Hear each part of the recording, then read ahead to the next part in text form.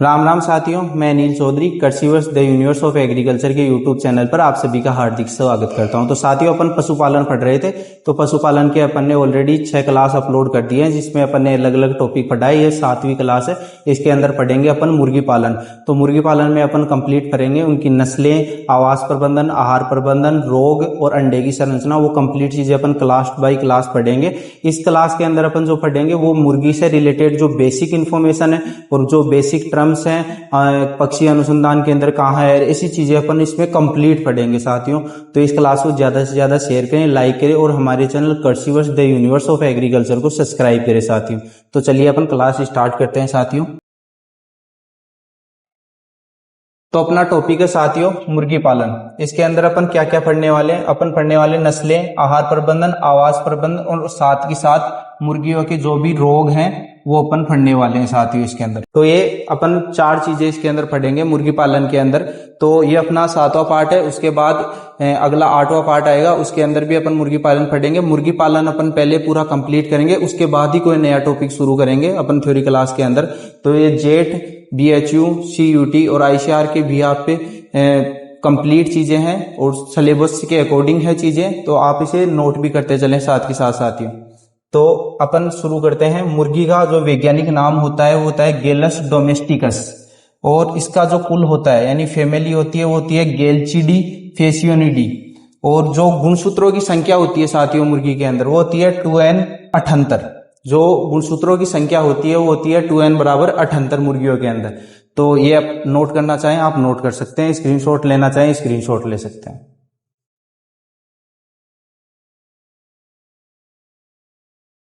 तो चलिए आगे देखते हैं अपन। आगे है पक्षियों का अध्ययन, ऑर्निथोलॉजी कहलाता है। पक्षियों का अध्ययन जिसके अंदर मुर्गी, कबूतर, जो जितने भी अपने पक्षी हैं उनका अध्ययन क्या कहलाता है? ऑर्निथोलॉजी कहलाता है। राजस्थान में अजमेर जिला मुर्गी पालन में, अंडा उत्पादन में सबसे अग्रणीय जिला यानी प्रथम स्थान है। तो राजस्थान का जो अजमेर जिला है वो मुर्गी पालन और अंडे उत्पादन में प्रथम स्थान है उसका। और अजमेर जिले को अंडे की टोकरी कहा जाता है। देसी मुर्गी पालन में प्रथम स्थान बांसवाड़ा का है। तो अपनी देसी मुर्गी पालन आपको पता है मुर्गी की 2 नस्लें होती हैं, देसी और विदेशी। तो देसी मुर्गी पालन के अंदर बांसवाड़ा का प्रथम स्थान है। नेक्स्ट है ठंडे प्रदेशों में मुर्गी पालन का उपयुक्त समय क्या होता है? ठंडे प्रदेशों में मुर्गी पालन का उपयुक्त समय होता है मार्च, अप्रैल, मई और जून के अंदर ठंडे स्थानों पर मुर्गी पालन किया जाता है साथियों।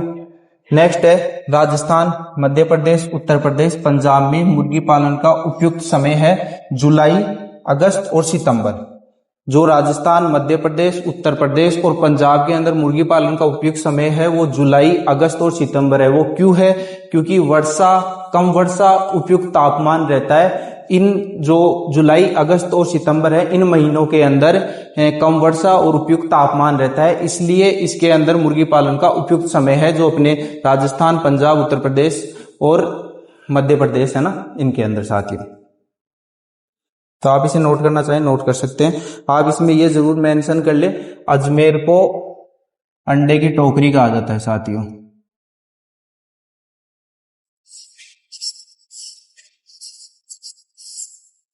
और अजमेर राजस्थान में अग्रणीय जिला है मुर्गी पालन और अंडा उत्पादन के अंदर साथियों। और ये साथ में ये नोट कर लेना, कई बार एग्जामों में ये चीजें पूछी जाती हैं।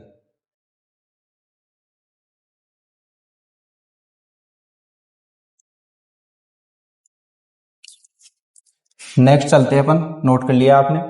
नेक्स्ट है मुर्गी पालन के प्रमुख उद्देश्य, कि हमें मतलब उद्देश्य मुर्गी पालन क्यों किया जाता है, उसके पीछे क्या उद्देश्य है। तो 2 ही उद्देश्य है, अंडा उत्पादन और मांस उत्पादन। तो उसके बारे में अपन कुछ जानते हैं। मुर्गी पालन का मुख्य रूप से 2 प्रमुख उद्देश्य है। मुर्गी पालन का मुख्य रूप से प्रमुख 2 उद्देश्य है। कौन सा? अंडा और मांस उत्पादन के लिए पाला जाता है। अब जो बॉयलर होते हैं, बॉयलर कौन से होते हैं? जो मांस उत्पादन के लिए जो मुर्गियां पाली जाती है ना उन्हें बॉयलर कहते हैं, और जो अंडा उत्पादन के लिए पाली जाती है उनको लेयर कहते हैं। तो अपन बात करते हैं बॉयलर की। बॉयलर इन मुर्गियों में मुख्य रूप से मांस के लिए पाला जाता है। इन मुर्गियों को मुख्य रूप से किसके लिए पाला जाता है? मांस के लिए पाला जाता है। ये बहुत तेजी से बढ़ती है, मतलब इनकी जो ग्रोथ है ना वो बहुत जल्दी होती है। 5 से 6 सप्ताह में बिक्री के लिए तैयार हो जाती है। मतलब ये जो मुर्गियां होती है ये 5 से 6 सप्ताह के अंदर बिक्री के लिए तैयार हो जाती है, मांस उत्पादन के लिए तैयार हो जाती है साथियों। नेक्स्ट है लेयर्स। लेयर्स किसे कहते हैं? जो अंडा उत्पादन के लिए पाली जाती है, उन मुर्गियों को लेयर कहते हैं।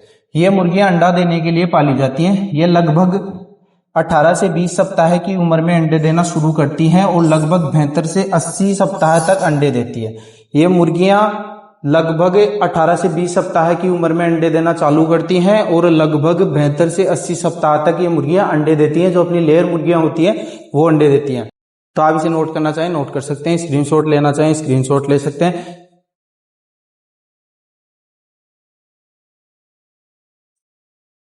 तो नोट कर लिया होगा। आप इन्हें नोट जरूर करें क्योंकि जेट CUT इनके बिहार पे ये कंप्लीट डिटेल्स टॉपिक है साथियों। तो ज्यादा से ज्यादा क्लास को शेयर भी करें, लाइक भी करें और इन टॉपिक्स को साथ के साथ नोट करते भी चलें। बेस्ट नोट्स बना सकते हैं आप इनके द्वारा। और आपको ये PPT स्लाइड्स हैं वो हमारे Telegram channel Krishiverse the universe of agriculture पर ऑलरेडी अपलोडेड है, आप उसे ज्वाइन कर सकते हैं और वहां पर ये जो स्लाइड्स हैं ये भी आप ले सकते हैं। नेक्स्ट है अपना अंडे से चूजे निकलने का समय। उद्भवन काल, हैचिंग, लेइंग और गर्भावधि 21 दिन की होती है। जो मुर्गी की आप बोल सकते हो उद्भवन काल, हैचिंग, लेइंग और गर्भावधि ये एक ही बात होती है। मतलब अंडे से चूजे निकलने का समय, जो इनको अपन उद्भवन काल भी बोलते हैं, हैचिंग भी बोलते हैं, लेइंग भी बोलते हैं और गर्भावधि भी बोलते हैं। वो कितने दिन की होती है? वो मुर्गियों के अंदर 21 दिन की होती है। लेकिन एकमात्र जो मुर्गी की नस्ल है ना टर्की मुर्गी, उसके अंदर 28 दिन की होती है। जो अपनी टर्की मुर्गी है ना उसके अंदर ये 28 दिन की होती है, एकमात्र अपनी मुर्गी की नस्ल है। बाकी सभी मुर्गियों के अंदर 21 दिन का ही होता है गर्भावधि काल। ठीक है साथियों। नेक्स्ट है अपना देशी मुर्गियों का औसतन अंडा उत्पादन कितना होता है? तो देशी मुर्गियों का औसतन अंडा उत्पादन होता है 120 अंडे प्रति वर्ष। जो अपनी देसी नस्लें हैं उनका अंडा उत्पादन होता है 120 अंडे प्रति वर्ष। और नेक्स्ट है अपना विदेशी मुर्गियों का अंडा उत्पादन। तो विदेशी मुर्गियों का 240 से 260 अंडे प्रति वर्ष होता है साथियों। जो अपनी देसी मुर्गियां हैं उनसे ज्यादा अंडा उत्पादन होता है विदेशी मुर्गियों का। 240 से 260 अंडे प्रति वर्ष ये देती हैं साथियों। नेक्स्ट है अंडे का औसत भार कितना होता है? तो अपने अंडे का औसत भार होता है ना साथियों, वो होता है 58 से 60 ग्राम। जो अपने अंडे का औसत भार होता है वो होता है 58 से 60 ग्राम। नेक्स्ट है जिसमें 34 ग्राम तो होता है श्वेतक जो उसके अंदर भरा रहता है, तथा 18 ग्राम होता है जर्दी। जो बाहर का आवरण होता है ना अंडे का वो होता है 18 ग्राम, वो होता है 18 ग्राम। और जो अंदर का होता है वो होता है 34 ग्राम साथी। तो ये था कुछ अंडे के बारे में इंफॉर्मेशन।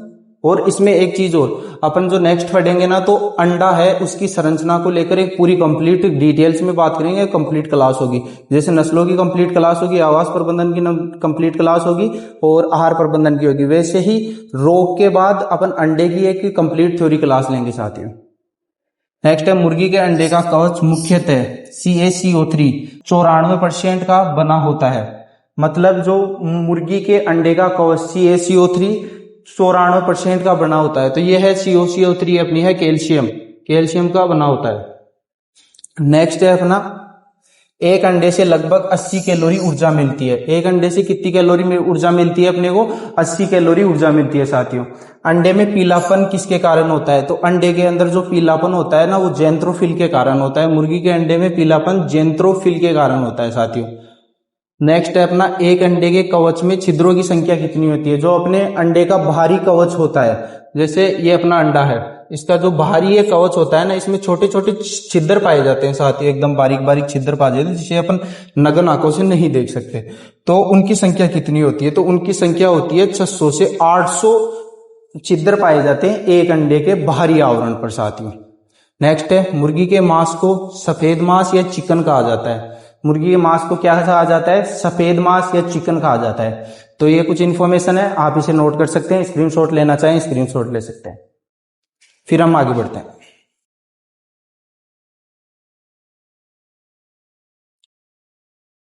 तो चलिए आगे बढ़ते हैं।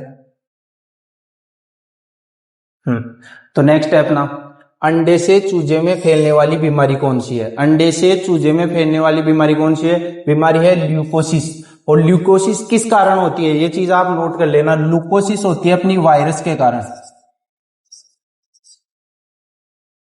ल्यूकोसिस जो बीमारी है जो चूजों में फैलती है अंडे से, वो वायरस के कारण फैलती है। एक वायरस जनित बीमारी है ल्यूकोसिस। तो आप ये अलग से नोट कर लेना, वायरस जनित बीमारी है, कई बार एग्जाम में से पूछ लेता है। तो नेक्स्ट है अपना मुर्गों को बदियाकृत करना, क्या कहलाता है? तो केपोनाइजेशन कहलाता है साथियों। ये मुर्गों को बदियाकृत करना, बदियाकरण या खस्सी करना भी कहते हैं इसको। जो मुर्गों को बदियाकरण किया जाता है उसे बदियाकरण करना या खस्सी करना भी कहते हैं। और इस क्रिया को क्या कहते हैं? तो इस क्रिया को कहते हैं केपोनाइजेशन। नेक्स्ट है बदियाकृत नर मुर्गा कहलाता है, केपेन कहलाता है साथियों। बदियाकृत नर मुर्गा केपेन कहलाता है। तो नेक्स्ट है अपना मुर्गी घर में बिछावन को कहते हैं। तो मुर्गी घर में जो बिछावन होता है, जो मुर्गियों के लिए नीचे फर्श पे बिछाया जाता है, उसको क्या बोलते हैं? उसको बोलते हैं लीटर। इसको बोलते हैं क्या? लीटर बोलते हैं साथियों। नेक्स्ट है अपना जिन बर्तनों में मुर्गियों को जो आहार दिया जाता है उन्हें कहते हैं साथियों होपर कहा जाता है। मतलब मुर्गियों को जिन बर्तनों में आहार दिया जाता है उन्हें होपर कहा जाता है। उनकी फोटो मैंने लास्ट में ऐड कर रखी है, आपको दिखाऊंगा कि जो फीडर्स होते हैं मुर्गियों के वो कैसे होते हैं। इसको होपर भी कहा जाता है और इसको फीडर्स भी कहा जाता है और नाद भी कहा जाता है। नाद, फीडर्स, ये भी आप लिख सकते हैं इसके अंदर। मुर्गियों को जो आहार दिया जाता है उन बर्तनों को होपर, नाद या फीडर्स कहा जाता है। ये नेक्स्ट है अंडों से चूजे प्राप्त करने के लिए मुर्गी घर में नर व मादा का अनुपात कितना होना चाहिए? तो अंडों से चूजे प्राप्त करने के लिए मुर्गी घर के अंदर क्योंकि अंडों से चूजे प्राप्त करने के लिए मुर्गी घर के अंदर इनका अनुपात कितना होना चाहिए? पहले बात करते हैं कि अंडों से चूजे प्राप्त कैसे करते हैं। कि जब मुर्गी होती है वो अंडों पे बैठ के उनको सेती है, तब जाके चूजे निकलते हैं। तो उसका अनुपात कितना होना चाहिए? तो उसके अंदर जो नर है वो 1 होना चाहिए और मुर्गी है वो 10 होनी चाहिए।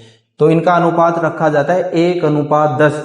अंडों से चूजे प्राप्त करने के लिए मुर्गी घर में नर व मादा का अनुपात रखा जाता है 1:10, जिसमें 1 नर होते हैं और 10 मादा होती हैं साथियों। नेक्स्ट है एक वयस्क व्यक्ति को प्रतिदिन 60 ग्राम प्रोटीन की आवश्यकता होती है साथियों, जिसमें से 20 ग्राम पशु जनित प्रोटीन होना चाहिए साथियों। एक वयस्क व्यक्ति होता है जिसको 60 ग्राम प्रोटीन की आवश्यकता होती है साथियों प्रतिदिन, जिसमें से 20 ग्राम पशु जनित प्रोटीन होना चाहिए साथियों। तो ये इन्फॉर्मेशन आप नोट कर सकते हैं, स्क्रीनशॉट लेना चाहिए स्क्रीनशॉट ले सकते हैं। फिर हम आगे बढ़ते हैं और साथ ही साथ इस क्लास को आप ज्यादा से ज्यादा शेयर करें, क्योंकि इसमें अपन डिटेल्स जो एनिमल हस्बेंड्री की थ्योरी है वो पढ़ रहे हैं साथियों। एक एक टॉपिक को पूरा डिटेल से पढ़ रहे हैं, तो आप इसे ज्यादा से ज्यादा शेयर करें साथियों और इसे नोट कर लीजिए।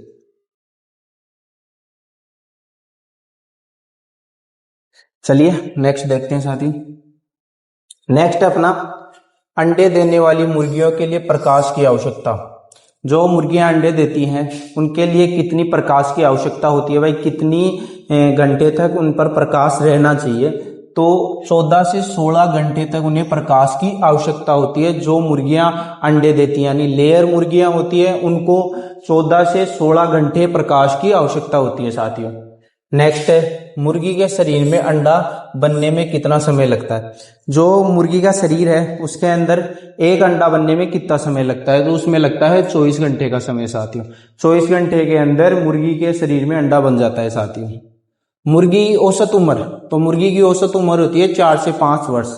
जो अपनी मुर्गियां होती है उसकी औसत उम्र होती है 4 से 5 वर्ष साथियों। नेक्स्ट है मुर्गी के शरीर का सबसे बड़ा अंग होता है गिजार्ड होता है साथियों। जो मुर्गी के शरीर का सबसे बड़ा अंग होता है ना वो होता है साथियों गिजार्ड।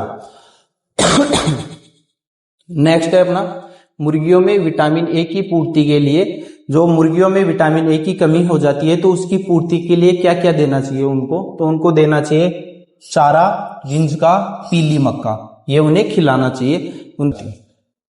मुर्गी पालन में लगभग 60 से 70% आहार पर खर्च होता है। जो अपन मुर्गी पालन करते हैं साथियों जब भी, तो उसके अंदर जो सबसे ज्यादा खर्च होता है 60 से 70% खर्च होता है आहार पर होता है साथियों, उनके खिलाने पिलाने पर होता है साथियों। नेक्स्ट है अपना कि अंडे से चूजे निकलने के बाद, जैसे ही अंडे से चूजा निकल जाता है तो उसे 36 से 72 घंटे तक आहार देने की आवश्यकता नहीं होती है साथियों। नेक्स्ट है मुर्गी आहार में कार्बोहाइड्रेट 70 से 80%, वसा 2 से 5%, प्रोटीन 10 से 20%, खनिज लवण 0.8 से 1% देना चाहिए। मुर्गी के आहार में क्या क्या देना चाहिए? कार्बोहाइड्रेट देना चाहिए 70 से 80%, वसा होनी चाहिए 2 से 5%, फिर प्रोटीन होना चाहिए 10 से 20% और खनिज लवण होने चाहिए 0.8 से 1% तक देना चाहिए। इसे नोट कर सकते हैं आप लोग, अभी नोट कर लीजिए। मैं थोड़ा हट जाता हूं ताकि आप स्क्रीनशॉट ले सकें इसका। तो साथियों, इस क्लास में अपन मुर्गी पालन से संबंधित जो भी छोटी छोटे पॉइंट्स हैं, छोटी छोटी बातें हैं, वो इसमें अपन पढ़ते चल रहे हैं साथियों। तो इसको ज्यादा से ज्यादा आप शेयर करें और इसे नोट करें साथियों। बहुत ही इंपॉर्टेंट पॉइंट्स हैं अपन जो लेके चल रहे हैं, और इस क्लास के अंदर अपन जो बेसिक पॉइंट्स, इंपॉर्टेंट पॉइंट्स हैं जो भी मुर्गी पालन से संबंधित बन रहे हैं, वो इस क्लास में पढ़ेंगे। फिर अपन नेक्स्ट क्लास में नस्लें पढ़ेंगे, उसके बाद आवास, आहार प्रबंध, उनमें से एक ले लेंगे टॉपिक। आप जो चाहें आप कमेंट करके बता सकते हैं कौन सा टॉपिक लेंगे, वो भी ले लेंगे, कोई दिक्कत नहीं। फिर उसके बाद अपन रोग लेंगे, और फिर अंडे का जो संरचना है उसके बारे में अपन पढ़ेंगे कि अंडे की संरचना में क्या क्या होता है और कैसी क्या संरचना होती है, वो आपको कंप्लीट इस बोर्ड पे मैं बता दूंगा। तो आप क्लास को ज्यादा से ज्यादा शेयर करें, लाइक करें, और हमारे channel Krishiverse the universe of agriculture को सब्सक्राइब करें। साथ ही हमारा टेलीग्राम चैनल ज्वाइन कर सकते हैं। वहां पर हम जल्द ही जो अपनी टेस्ट सीरीज है जेट को लेकर, आपको पता है जेट की एग्जाम पहले 21 जून को होने वाली थी, अभी उसे पोस्टपोन कर दिया गया है। अभी लगभग अंदाजा यह है कि 27-28 जून के आसपास वो एग्जाम होगी।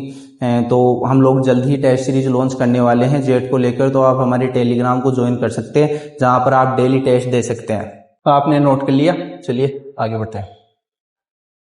नेक्स्ट है अपना 1 से 8 सप्ताह के लिए राशन को स्टार्टर कहते हैं। जो मुर्गी को 1 से 8 सप्ताह तक आहार दिया जाता है उसे क्या बोलते हैं अपन? उसे स्टार्टर राशन, प्रारंभिक राशन कहा जाता है साथियों।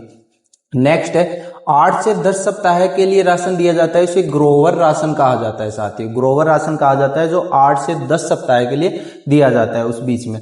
नेक्स्ट है अपना 20 सप्ताह से लेकर उत्पादन तक के राशन को लेयर कहा जाता है। लेयर राशन होता है जो 20 सप्ताह से लेकर जब तक मुर्गी उत्पादन दे रही है तब तक जो राशन दिया जाता है उसे क्या कहा जाता है साथियों? लेयर कहा जाता है।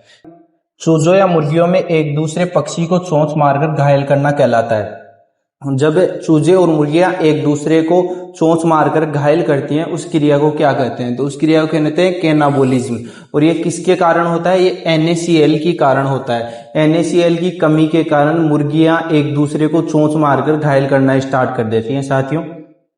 नेक्स्ट है अपना मुर्गियों में विटामिन ए तथा रेशों की पूर्ति के लिए देते हैं। तो पूर्ति के लिए हरा चारा, रिंजगा, बरसीम व पालक दिया जाता है। कि मुर्गियों में विटामिन ए तथा रेशों की पूर्ति के लिए हरा चारा, रिंजगा, बरसीम व पालक दिया जाता है। अगला है अंडे सेना। अंडे सेने व खरीदने का उपयुक्त समय होता है फरवरी मार्च। जो अंडे को सहा जाता है, मतलब उसको टेम्परेचर पे रखा जाता है ताकि उसमें से चूजा निकल सके। अब वो टेम्परेचर कृत्रिम हो सकता है, प्राकृतिक हो सकता है। कृत्रिम तो कैसे होगा? जैसे इंक्यूबेटर वगैरह होते हैं उनमें रखा जाता है। प्राकृतिक होता है कि उस पर मुर्गी अंडों पे बैठ के उसे अपनी जो शरीर का टेम्परेचर है उससे सहती है साथियों, तो उसे कहते हैं अंडे सेना। नेक्स्ट अपन इसके बारे में डिटेल बात करते हैं। अभी आप ये इतना नोट कर सकते हैं, स्क्रीनशॉट लेना चाहें स्क्रीनशॉट ले सकते हैं। इसको मैं इरेज कर देता हूं ताकि आपको नोट करने में आसानी हो।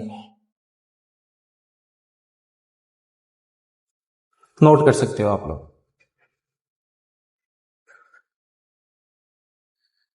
नोट हो गया? आगे बढ़ते हैं। हाँ, तो अगला है अपना अंडों की संग्रह अवधि, मतलब अंडों को स्टोरेज कितने दिन कर सकते हैं? तो 3 दिन अपन कर सकते हैं गर्मियों के अंदर, 7 दिन अपन कर सकते हैं सर्दियों के अंदर। कि अंडों को कितने दिन तक स्टोर कर सकते हैं अपन? तो 3 दिन गर्मियों में कर सकते हैं, 3 दिन बाद वो खराब हो जाएंगे। और सर्दियों के अंदर अपन 7 दिन तक उन्हें स्टोर कर सकते हैं साथियों। अब बात करते हैं अंडे सेने की विधियां। जो अपन ने पहले बात की ना, अंडे सेना किसे कहते हैं, तो अब बात करते हैं अपन अंडे सेने की विधियां कौन कौन सी हैं। तो अपने पास 2 विधि है, प्राकृतिक विधि और कृत्रिम विधि। प्राकृतिक विधि में मैंने बता दिया क्या होता है। प्राकृतिक विधि के अंदर जब अंडों के ऊपर मुर्गियां बैठ जाती हैं और अपना जो बॉडी टेम्परेचर है उससे उसे सहती हैं साथियों। और जो कृत्रिम विधि होती है उसके अंदर अपन कृत्रिम जो चीजें हैं, वैज्ञानिक विधियां हैं, वो काम में लेते हैं साथियों। तो अपन बात करते हैं प्राकृतिक विधि की साथी। तो प्राकृतिक विधि में अंडे सहने के लिए कड़कनाथ मुर्गी की नस्ल को काम में लेते हैं। जो अपनी कड़कनाथ मुर्गी है उसकी नस्ल को काम में लेते हैं अंडे सहने के लिए। एक बार में 8 से 10 अंडे सह सकती है। जो कड़कनाथ मुर्गी है वो एक बार में 8 से 10 अंडे सहती है और काम में लेते हैं कड़कनाथ। जो मुर्गी की एक नस्ल है, अपनी मुर्गी की नस्ल है ये कड़कनाथ, जिसके बारे में अपन जब नस्लें आएंगी तब पढ़ेंगे। लेकिन ये अभी इंपॉर्टेंट क्वेश्चन है कि मुर्गी कौन सी नस्ल अंडे सहने के लिए काम में ली जाती है। तो वो कड़कनाथ मुर्गी की नस्ल है, वो काम में ली जाती है अंडे सहने के लिए साथियों। तो यहाँ पे है कि प्राकृतिक विधि से कड़कनाथ मुर्गी की नस्ल को काम में लिया जाता है अंडे सहने के लिए और 8 से 10 अंडे सह सकते हैं आप एक बार में। तो ये था अपना प्राकृतिक विधि के बारे में कुछ डिटेल्स। अब अगली है अपनी कृत्रिम विधि। कृत्रिम विधि में क्या है, एक तो ये वैज्ञानिक विधि है, दूसरा इसके अंदर इंक्यूबेटर का यूज किया जाता है। इंक्यूबेटर एक साथियों मशीन होती है अलमारी के आकार की ऐसे। तो उसके अंदर क्या सिस्टम होता है, उसमें अलग अलग ऐसे ट्रेज होती हैं, उनमें अंडों को रखा जाता है और उसमें टेम्परेचर आप आर्द्रता तापमान आप उसके अंदर मेंटेन कर सकते हैं। हर एक चीज आप मेंटेन कर सकते हैं उसके अंदर। तो वो होता है इंक्यूबेटर मशीन। उसकी फोटो मैं आपको लास्ट में दिखाऊंगा, मैंने ऐड कर रखी है इसी स्लाइड में। आकृति होती है इसकी अलमारी आकार की। मैंने बताया ना कि ये अलमारी टाइप की होती है और इसके अंदर अंडे स्लाइड्स में रखे जाते हैं। कैसे रखे जाते हैं वो भी मैं आपको लास्ट में बताऊंगा साथियों। इसमें एक साथ 3000 अंडे सहे जाते हैं। अंडों को 4 से 6 बार पलटा जाता है। इसमें क्या होता है साथियों, एक साथ इस अलमारी के अंदर या इंक्यूबेटर के अंदर अपन 3000 अंडे सह सकते हैं और उन अंडों को 4 से 6 बार दिन में पलटा जाता है ताकि वो मतलब अंडे खराब ना हो। क्योंकि अगर एक पोजीशन में अंडा रहेगा तो वो टेम्परेचर उस एक ही पोजीशन पर गिरता रहेगा बहुत अधिक। तो उसको पलटते रहना चाहिए ताकि अंडे को बराबर टेम्परेचर मिल सके, समान टेम्परेचर मिल सके। इसलिए उसको 4 से 6 बार पलटा जाता है अंडे को साथियों। तो आप इसे नोट कर लीजिए, ये अपनी विधियां हैं, पॉइंट डालिए आप लोग, पॉइंट डाल लेना आप लोग। अंडे सहने की विधियां, प्राकृतिक विधि, कृत्रिम विधि, और ये प्राकृतिक विधि की ये पूरी डिटेल है, कृत्रिम विधि की ये है। और आगे अपन इनके जो चित्र है आपको इंक्यूबेटर वगैरह वो भी मैं आगे दिखा दूंगा। आप एक बार ये नोट कर ले, स्क्रीनशॉट लेना चाहें स्क्रीनशॉट ले। तो नोट कर लिया, आगे बढ़ते हैं। नेक्स्ट है अपना अंडों की जांच कैंडलर द्वारा, कि अंडों की जांच करना कि अंडे सही हैं या अंडा खराब हो चुका है। किसके द्वारा करते हैं, कैंडलर के द्वारा। अब कैंडलर क्या होती है साथियों, मैं आपको बताता हूं। जैसे एक टॉर्च होती है साथियों, कोई भी टॉर्च, अपने साधारण टॉर्च ले लो, कोई दिक्कत नहीं, लेकिन बेसिकली ये कैंडलर द्वारा जांच होती है। जांच, अंडों की जांच किस विधि द्वारा करती है, तो वो होती है कैंडलर विधि। अब कैंडलर विधि में जांच कैसे करते हैं मैं आपको समझाता हूं। इसमें क्या होता है, एक टॉर्च होती है, ये मान लो अपनी टॉर्च है, ये हो गया टॉर्च का ऊपर का हिस्सा जहां पे उसमें बल्ब लगा होता है।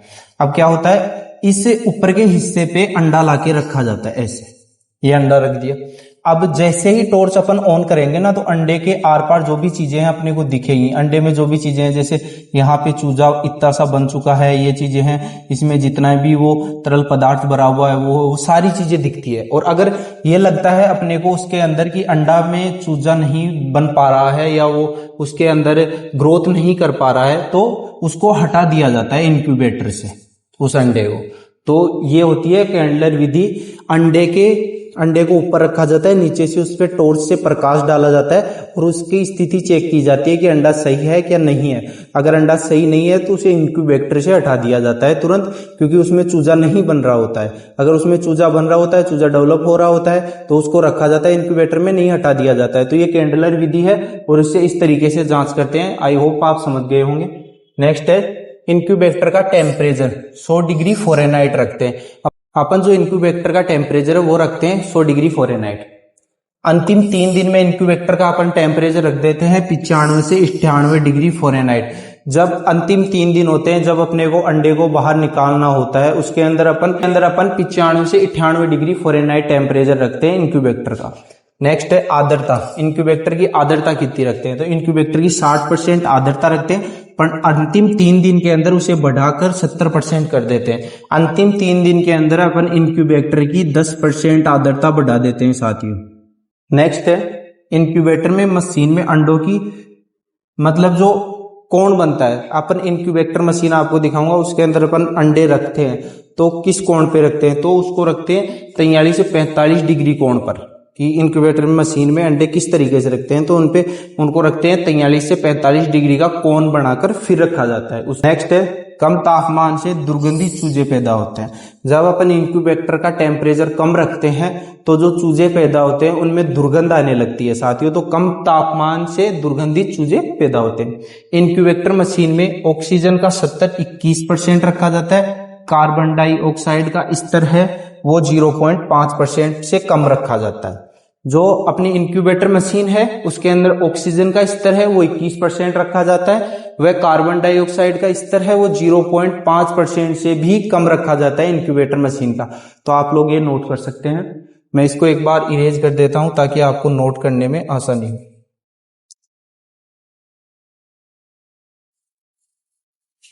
कर लीजिए नोट, फिर आगे बढ़ते हैं।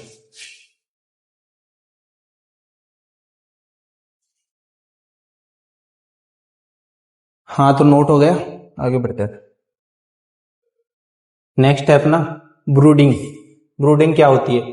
चूजों को 0 से 4 सप्ताह तक कृत्रिम रूप से प्रकाश उपलब्ध कराना ब्रूडिंग कहलाता है। कि चूजों को 0 से 4 सप्ताह तक कृत्रिम रूप से अपन प्रकाश उपलब्ध कराते हैं, उसे ब्रूडिंग कहते हैं। ब्रूडिंग घर के लिए अनुकूल तापमान होता है 80 से 95 डिग्री फ़ारेनहाइट। जो ब्रूडिंग घर होता है उसका तापमान होता है वो होता है 80 से 95 डिग्री फ़ारेनहाइट। ब्रूडिंग घर की 3 प्रकार के होते हैं। जो ब्रूडिंग घर होते हैं वो अपने 3 प्रकार के होते हैं, कॉलोनी, होवर और बैटरी टाइप्स के। जो अपने ब्रूडिंग घर होते हैं वो 3 प्रकार के होते हैं, कॉलोनी, होवर और बैटरी टाइप्स, जिसके अंदर अपन 0 से 4 सप्ताह तक कृत्रिम रूप से प्रकाश देने के लिए चूजों को रखते हैं साथियों। नेक्स्ट है ब्रूडिंग घर में अधिक तापमान पर चूजे किनारों की तरफ रहते हैं। मतलब ब्रूडिंग घर का अगर अपन अधिक तापमान कर देते हैं चूजे किनारों की तरफ सरक जाते हैं साथियों, किनारों की तरफ हो जाते हैं। नेक्स्ट है अपना ICMR के अनुसार प्रति व्यक्ति प्रति वर्ष अंडे की आवश्यकता होती है 180 अंडे। ICMR है अपना, उसके अनुसार प्रति व्यक्ति प्रति वर्ष अंडा आवश्यकता होती है 180 अंडे। तो आप इसे नोट करना चाहें नोट कर सकते हैं, स्क्रीनशॉट लेना चाहें स्क्रीनशॉट ले सकते हैं, ले लीजिए फिर आगे बढ़ते हैं। नोट करना चाहें नोट भी कर सकते हो आप। तो चलिए आगे बढ़ते हैं। अगला है केंद्रीय पक्षी अनुसंधान संस्थान इज्जतनगर यूपी में है। जो केंद्रीय पक्षी अनुसंधान संस्थान है वो कहाँ है? इज्जतनगर यूपी के अंदर। केंद्रीय मुर्गी प्रजनन फार्म मुंबई, भुवनेश्वर, हर्षगाट, ये अपने केंद्रीय मुर्गी प्रजनन फार्म है जो है मुंबई, भुवनेश्वर और हर्षगाट। वर्ल्ड पोल्ट्री डे 19 मार्च को मनाया जाता है साथियों। World egg day second Friday in October के अंदर, जो अपना अक्टूबर का सेकंड फ्राइडे होता है उसके अंदर वर्ल्ड एग डे मनाया जाता है साथियों। और वर्ल्ड पोल्ट्री डे 19 मार्च को मनाया जाता है। तो ये आप नोट कर सकते हो।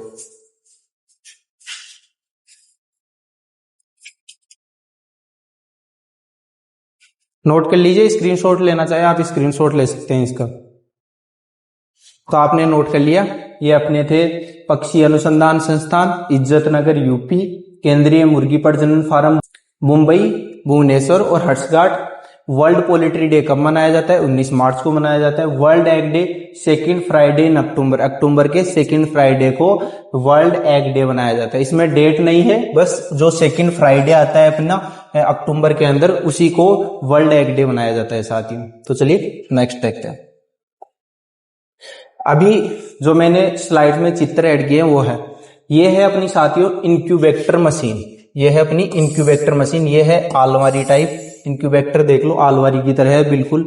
और इसके अंदर ये स्लाइड्स लगी हुई है, ये स्लाइड्स है ना, ये लगी हुई है। इनके अंदर अंडों को रखा जाता है और ये यहां से इनका टेम्परेचर मेंटेन किया जाता है। अपन इनकी टेम्परेचर, आर्द्रता, सब चीज यहां से अपन मेंटेन कर सकते हैं इसकी, इस मशीन की। और इसी तरीके की एक ये दूसरी मशीन है, इसमें आप देख सकते हो अंडे रखे हुए हैं, ये देखो इस तरीके से ये अंडे रखे हुए हैं इसके अंदर।